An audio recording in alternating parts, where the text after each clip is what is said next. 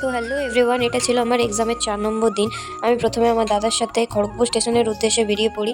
তারপর স্টেশনে এসে ট্রেনের জন্য ওয়েট করতে থাকি। আর কালকে ব্লগ পোস্ট করতে পারিনি, তার একটা কারণ রয়েছে। তোমরা যদি কেউ কারণটা জানতে চাও আমাকে কমেন্টে জানাবে, আমি কারণটা পরের ব্লগে দিয়ে দেবো। তোমরা জাস্ট আমাদের গানটা শোনো এবং কেমন হয়েছে একটু জানিও কমেন্টে।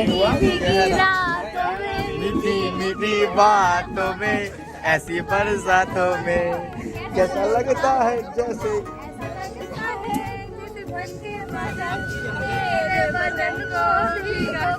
भाई भाई भाई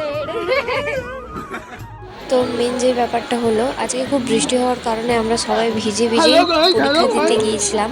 এবং তোমরা দেখতে পাচ্ছ বুদ্ধ এবং সোমনাথ ঠিক আছে খুব বদমাশি করছিল বাসের মধ্যে। আমি অনেকক্ষণ ধরে খড়গপুর বাস স্ট্যান্ডে ওয়েট করছিলাম বাসের জন্য, তবে বাস না আসার কারণে আমি অটো ধরে অর্ধেক রাস্তা পর্যন্ত এসেছি এবং আমার দাদা লাস্টে আমাকে নিয়ে এসছে বাকি রাস্তা থেকে। তো ফাইনালি আমি অনেক যুদ্ধের পরে বাড়ি চলে এসেছি। ঠিক আছে, এত খুশি লাগছে কি বলবো। চলো টাটা।